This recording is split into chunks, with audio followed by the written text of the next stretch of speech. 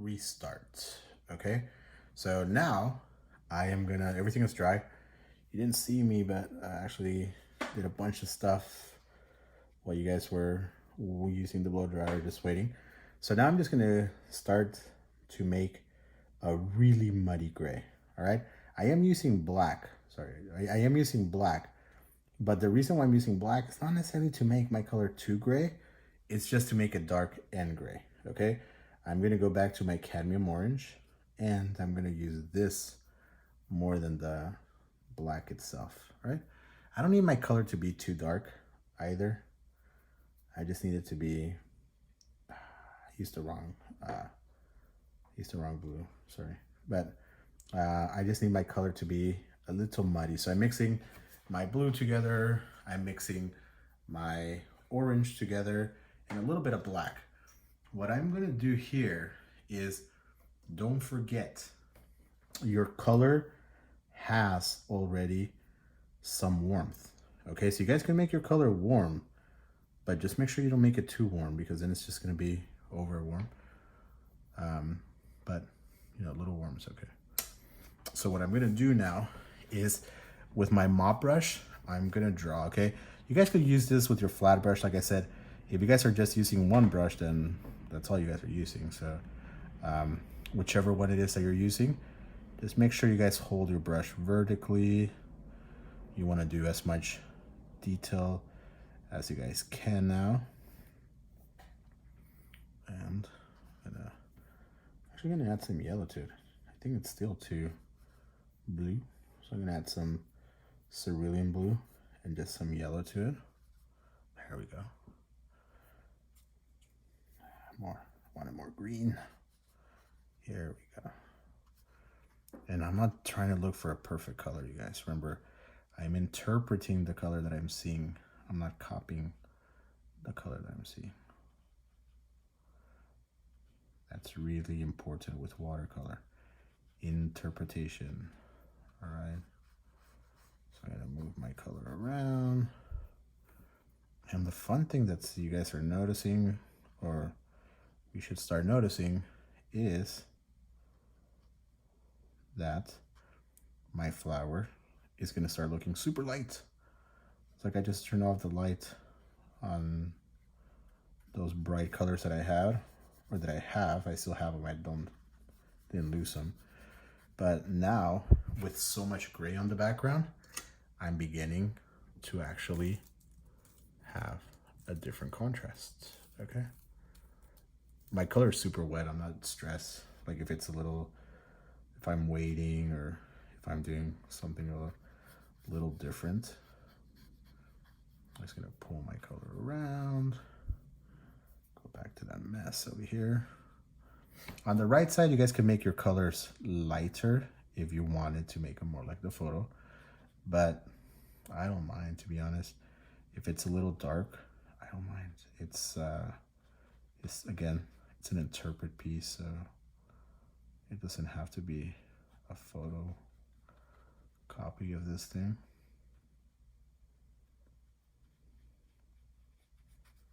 All right.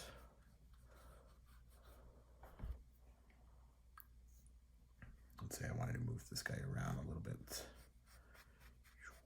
That way it's not too dark on this side.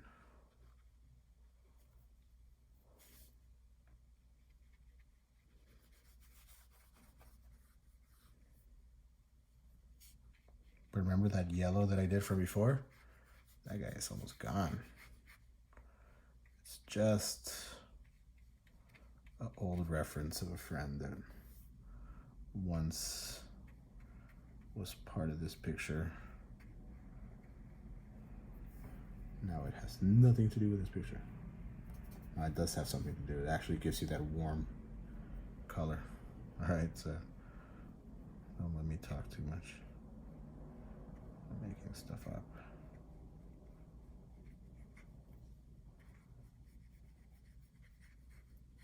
All right, really good. So now I have flowers in contrast to the actual background, okay? Don't forget, I don't have flowers because I went too crazy painting flowers. I just have flowers because it's in contrast to my background. Again, I'm going to try to do some of my cast information here. My cast shadow. I want it to get cooler as it goes further away and lighter. All right. This table actually should be perfectly flat and shiny and nice. Mine's a little more organic. I don't mind.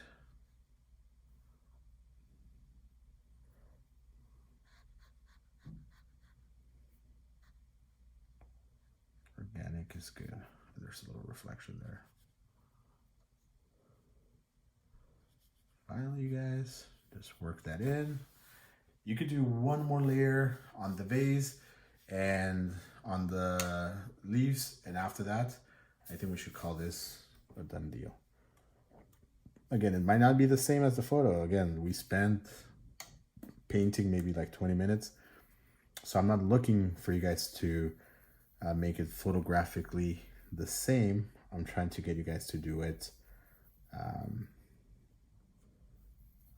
understanding the process. So the first layers, lights and brights, we haven't changed that. The second layers, a little bit of shadows, not too dark, and blocking in a big color. We haven't changed that. Things still going on. And our last layer, like I said, or like I promised, is outlines. Okay, so now we could do darker values. And when I do darker values, I don't leave them as dark values. Okay, I'm gonna work them out. I'm just not stressed either of having to work them out once I actually push that color on here. Some people will actually like, well, that's not gonna dry on you. No, it's not. And if it does, I'll just find midtones that kind of blend it into the picture. I just want to work it into there. All right. I'm gonna work it down over here.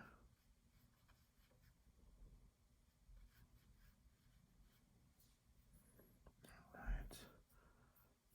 To me, my color's a little too flat, but if that's the case, I just have to do a mid-tone there. But that is the case, by the way. A little green mid-tone.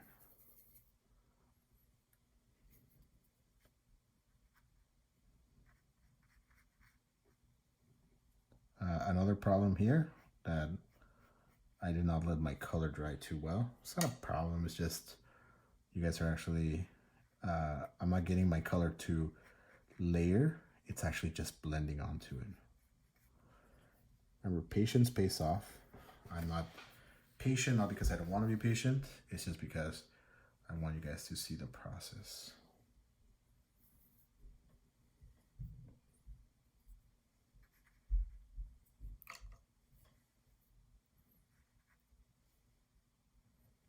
All right.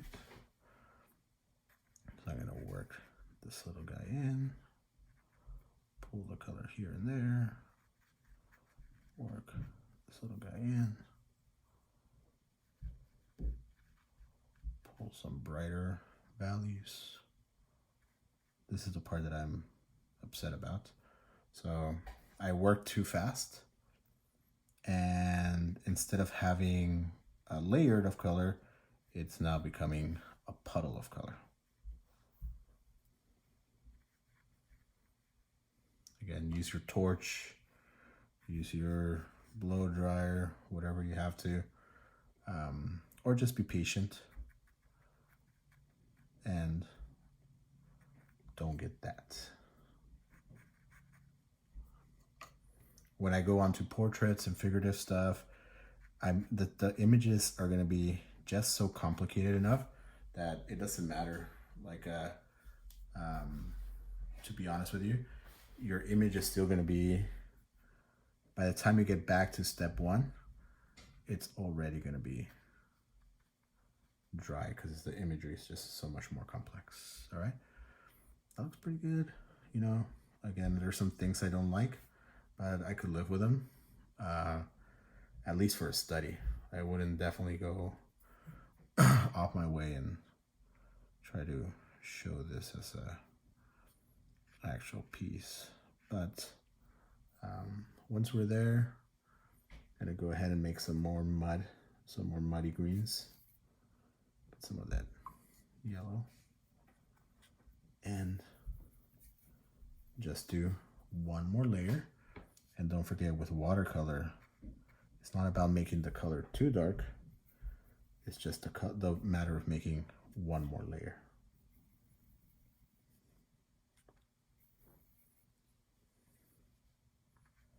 Let me know if you guys have questions about color theory. I kind of threw myself into I kind of threw you guys into this thing, assuming you guys knew color theory. If you guys have any questions of why it makes this color, why it makes that color, you know, just let me know. But yeah, I just kind of really assume for this project. That's could be good, could be bad. Just make sure that you guys, if you have any questions, please feel free to ask them. I'm not here to confuse you guys. I'm here to make this, you know, pretty good, fun, kind of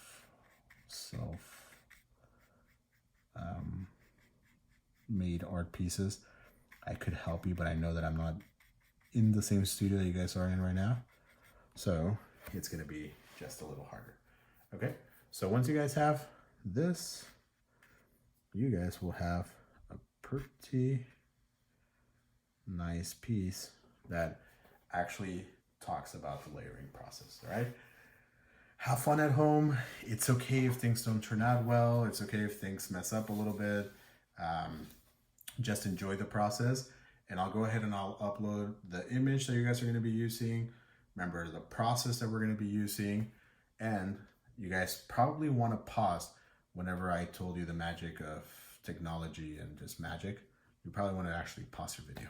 All right, have fun, you guys. Enjoy, and let me know if you guys have any questions.